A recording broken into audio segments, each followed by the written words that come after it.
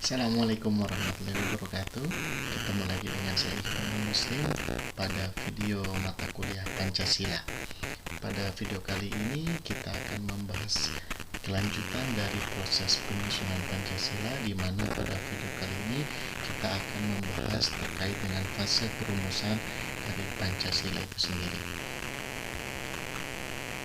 Setelah pada video sebelumnya saya membahas tentang fase pembuahan, mudah-mudahan rekan-rekan sekalian semua memahami dari apa yang saya jelaskan pada video lalu, maka untuk dapat memahami dengan mudah di fase perumusan kali ini.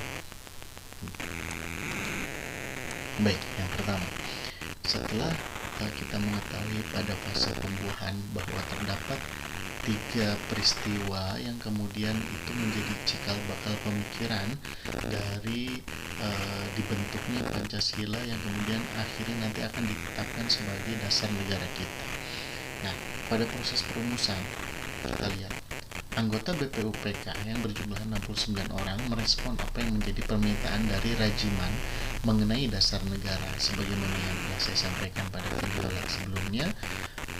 Ketika itu Rajiman meminta seluruh anggota sidang itu untuk berdiskusi, memikirkan kira-kira apa dasar negara yang tepat untuk Indonesia ketika nanti merdeka.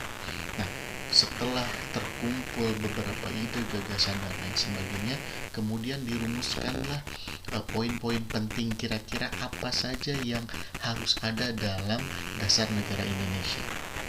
Nah, ini sudah mulai terlihat. Yang pertama, pentingnya nilai ketuhanan. Nah, ini saya sudah tuliskan bahwa ada beberapa tokoh yang kemudian mengusulkan, ada Sanusi, Abdul Qadir, Abdul Rahim, Abdul Salim, Dasar, Susanto, dan lain sebagainya. Mereka mengusulkan bahwa dasar negara Indonesia nanti itu harus ada nilai ketuhanan. Itu yang pertama. Yang kedua, pentingnya nilai kemanusiaan. Maksudnya ialah nanti ketika Indonesia merdeka, maka dasar negaranya salah satunya harus memuat tentang nilai-nilai kemanusiaan. Karena ketika dari fase pembuahan itu, kita tahu ada nilai-nilai kemanusiaan yang sebenarnya itu erat sekali dengan konsep dasar hidup bangsa Indonesia. Jadi nilai kemanusiaan harus masuk.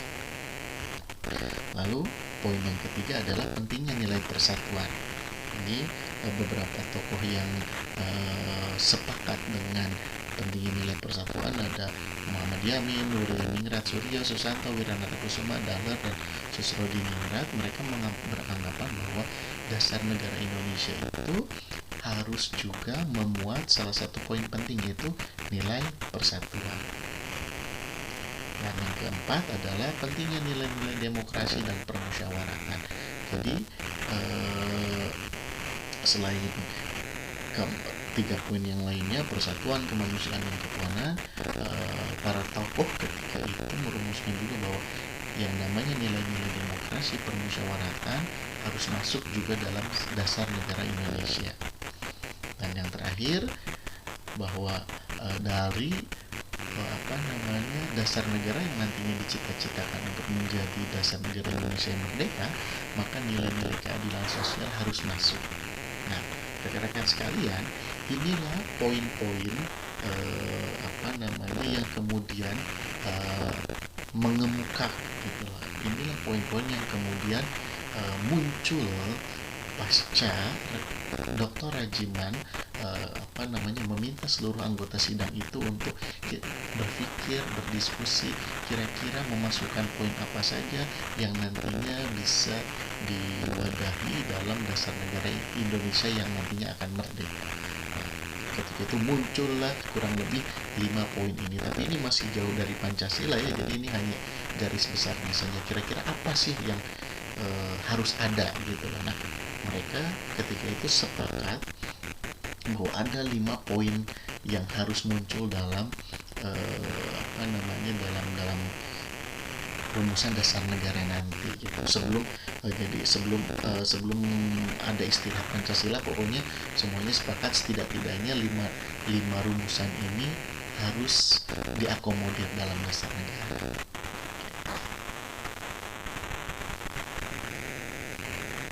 Selanjutnya, meski demikian, prinsip-prinsip yang diajukan masih bersifat serabutan, betul kan? Belum ada yang merumuskannya secara sistematis dan holistik sebagai suatu dasar negara yang koheren. Betapapun juga pandangan-pandangan tersebut memberikan masukan penting bagi Soekarno dalam merumuskan konsepsinya. Masukan-masukan ini yang dikomunikasikan dengan gagasan ideologisnya yang telah dikembangkan sejak 1920-an dan refleksi historisnya mengkristal dalam pidatonya 1 Juni 1945. Dalam pidatonya yang monumental itu, Soekarno menjawab permintaan Raji Manwidyo-Diningrat akan dasar negara Indonesia itu dalam kerangka dasar falsafah, filosofi Grundslag atau pandangan dunia Weltanschauung dengan penjelasannya yang runtut, solid, dan koheren. Jadi, rekan-rekan sekalian, sebelumnya kita tahu bahwa ternyata sudah ada nih poin-poin apa saja yang harus masuk dalam Pancasila, dalam dasar negara. Dan ketika itu kita tahu setiap anggota BPUPK ketika itu bergiliran untuk pidato, gitu, untuk mengungkapkan ide-ide. Nah, Soekarno ketika itu kebagian di tanggal 1 Juni, di mana di 1 Juni itu Soekarno berpidato mengungkapkan ide-idenya yang kemudian mengakomodir ide-ide sebelumnya juga. Dan kita tahu di pidato itulah kemudian Soekarno membahasakan yang namanya Pancasila gitu. Nah, makanya kenapa pada tanggal 1 Juni itu dianggap sebagai hari lahirnya Pancasila, karena memang pada saat itu Soekarno yang pertama kali memproklamirkan istilah Pancasila itu sendiri gitu. Nah, tapi Pancasila ketika 1 Juni yang diungkapkan oleh Soekarno pada 1 Juni itu berbeda dengan Pancasila yang saat ini kita ketahui. Apa perbedaannya? Kita lihat. Nah, Soekarno merumuskan 5 prinsip yang menjadi titik persetujuan atau common denominator segenap elemen bangsa. Di antaranya ialah kebangsaan Indonesia, internasionalisme atau perikemanusiaan, mufakat atau demokrasi, kesejahteraan sosial, dan ketuhanan yang berkebudayaan. Kelima prinsip itu disebut Soekarno dengan Pancasila. Sila artinya asas atau dasar, dan di atas kelima dasar itulah kita mendirikan negara Indonesia kekal dan abadi. Urutan-urutan kelima sila itu disebutkan Soekarno sebagai urutan sekuensial, bukan urutan prioritas. Masing-masing sila Pancasila merupakan satu kesatuan integral yang saling mengunci. Inilah kurang lebih isi pidato dari Soekarno yang kemudian dianggap menjadi titik awal di mana dasar negara itu kemudian mulai terlihat. Jadi Soekarno dalam pidatonya merumuskan bahwa perlu dasar negara Indonesia nanti ketika merdeka itu yaitu disebut dengan Pancasila.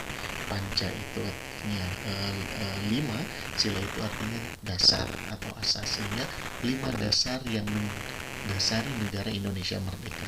Apa itu?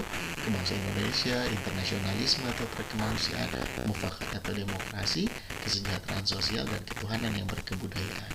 Tapi kata Soekarno, ini urutannya itu bukan urutan prioritas, artinya bukan kebangsaan Indonesia harus menjadi selalu nomor 1, internasionalisme harus menjadi nomor 2, mufakat atau demokrasi menjadi 3, dan selanjutnya seperti itu.